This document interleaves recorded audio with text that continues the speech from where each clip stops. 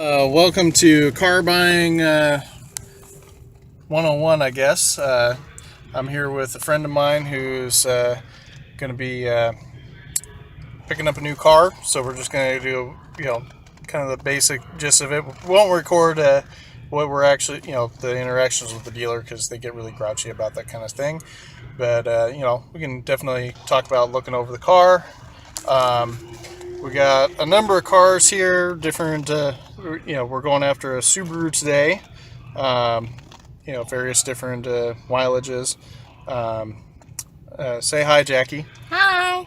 So, anyway, so this is what we're kind of going after. There's a bunch of different versions and mileage.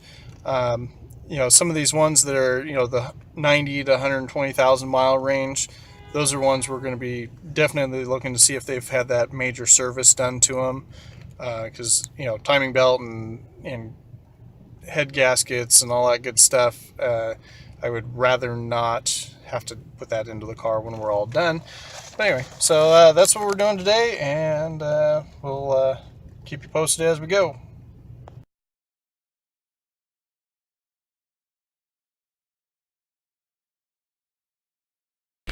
Alright, so first car was a bust. This one was advertised having the head gaskets and timing set, timing belt replaced. And, it looks like the work they did was pretty good. The heads looked like they were really well conditioned. However, there was a pretty good oil leak and oil puddle sitting on top of the block. And it just, for something that you just put a bunch of work into to have a leak like that, it bothers me. It makes me kind of question what the rest of the car looks like, so or is mechanically. So we'll move on. We got a bunch more on the list. So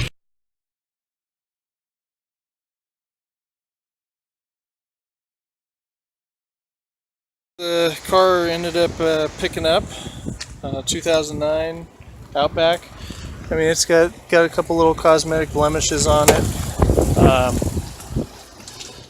Some of the stuff, it's getting a little dark, it's getting kind of hard to see. Things that I like to look for when I'm looking at a used car is I like a little bit of dirt on the top of the motor. Tells you that they didn't pressure wash anything. It's not all disgusting. It even has new plug wires. But this one had been serviced. It's oil's nice and clean on it. So it's in good shape. Looks like it has a fairly fresh battery too. It's not ancient like the first car we looked at. First car, it was just a mess under here. Did not look this clean at all. Did find one random anomaly. It's got one lug nut that's different than all the others. These are like a low profile nut, and that's just a standard nut. But also we're looking at things like our panel fitment and all that good stuff. Did have a Carfax hit where apparently the mirror got broken at some point. But yeah, just a nice clean car. And we're up in Washington, and these it was actually at a Dodge dealership, and they were pretty nice to us, friendly service. But yeah, nice clean little used car for what it is. We'll probably do a video a little later on, actually doing a proper inspection on the thing. New, happy. I'll give you an idea how the interior is real nice. And I noticed a lot of them, the seats would start to have weird divots where they're fairly heavily worn. This car has a lot of miles on it, but the interior doesn't really reflect that. It's just a nice clean car all around. So, but when there's so much stuff on the market, it's worth taking the time and finding something that's just in good shape, because there's no point in starting off on the wrong foot. Doors shut really good.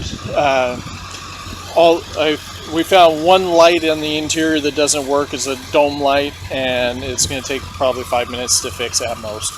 So, but yeah, I'll definitely we'll have to pull it in the garage and do a proper inspection. But it shifts good, drives good, steering's nice and tight, brakes are good. But we'll just double check that everything that we can't see, with the wheels on it, is in good shape, and go from there.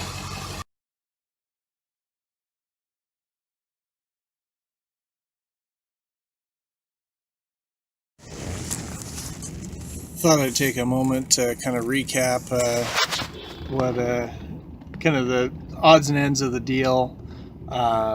We had I came into I found this car on the internet. It had the miles are a little high on it compared to what else was on the market. But overall condition was really good. We got to the dealership. Dealership was very friendly.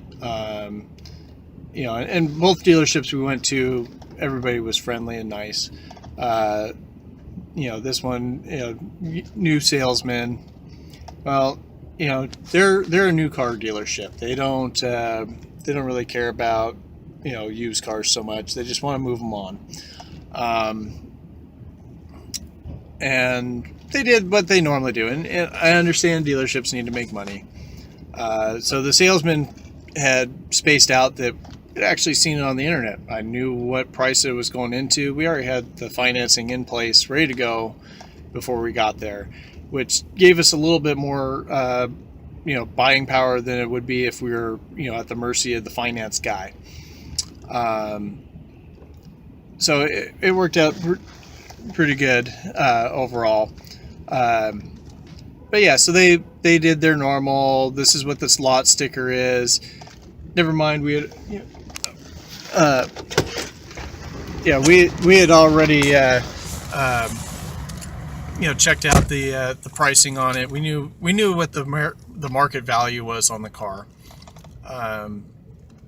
So they ballooned up. They had their normal numbers, trying to eke out the most profit they could.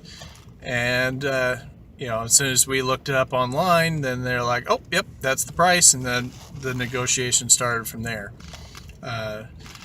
And when you're looking up the values of these things, there is a little bit of wiggle room on when, because they bring a car in, they got inspected, they got to go, do some basic service on it. Like this one had the oil changed and possibly had some spark plug wires thrown on it. And that costs them, and they got to pay their guys to do it, and they got to pay to all the processing fees and everything else. So you can't kill them for what the the bottom end, what their trade-in value is, because you're just they got to make money, and otherwise they can't afford to have cars like this available for the public to buy, because they're folded. So a little back and forth, ended up getting the car for they ended up coming down in price because of what sales tax and all the other licensing fees and stuff. We actually ended up less than the advertised price. Overall would have been less if you tack on all the stuff that the out-the-door price wasn't bad. So yeah, but just kind of, the more as a buyer, the better off you're going to be when looking at the values and the numbers. And the reality is they knew that we had a total of 9 cars on our list, and that were all Subarus, all roughly the same vintage, and that puts them in pressure to make a deal now, or we go down the road and we make a deal somewhere else. And so ultimately they took a little less than they wanted to, and they punted the car, and I think we made out pretty good in the end of the deal. So any final thoughts, Jackie? I love my new car. Well, there you go. And in the end of the day, it doesn't matter how many miles on it or how much it costs. It matters whether you like the car. So anyway, that's about all till next time. Catch you all later.